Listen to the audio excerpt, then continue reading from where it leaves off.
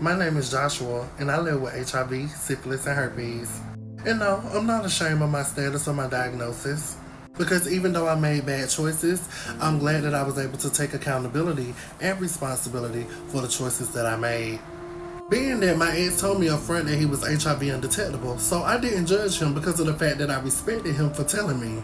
Then we talked for 2 months until we decided to get a hotel room together for 4 days, and when I seen him in person, because of the fact that I didn't see no signs, no sores, no bumps, no lesions, no anything, I then proceeded into having unprotected sex with this man.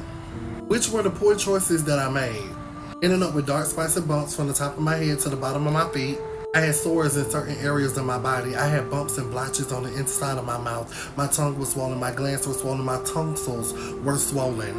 You can see the white meat in my hands.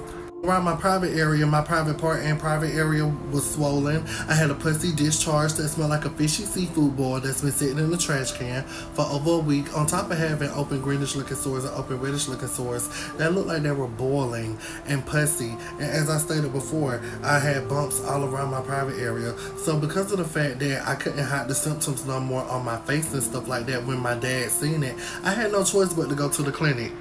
Just to find out I had HIV, syphilis, herpes, trichomoniasis, and chlamydia.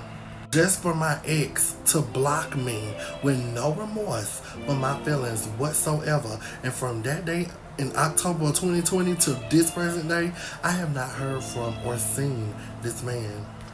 So I'm here to tell y'all, STDs, STIs, they do not have a look. It's not going to have the same effect on everybody. Some people can walk around with an STD or an STI and you won't be able to tell, versus those people with a weaker immune system that might show symptoms quicker than a person with a stronger immune system. So this is why I'm making this video for you, whether you're a man, woman, straight, girl, bisexual, it does not matter who you are. Nobody is exempt from catching an STD or STI. And it's time to normalize getting tested and knowing your status and the person's status that you're either hooking up with, in a relationship with, or even married to.